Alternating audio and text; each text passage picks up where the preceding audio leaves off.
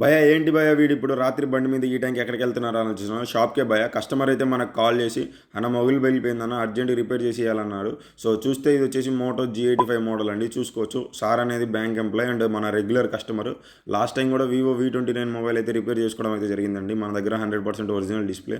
So ఆ work నచ్చి మన దగ్గరికి మళ్ళీ రావడం అయితే జరిగింది భయ్యా సార్ అనేది. సో ఈసారి వచ్చేసి మోటో G85తో మన దగ్గరికి వచ్చారు.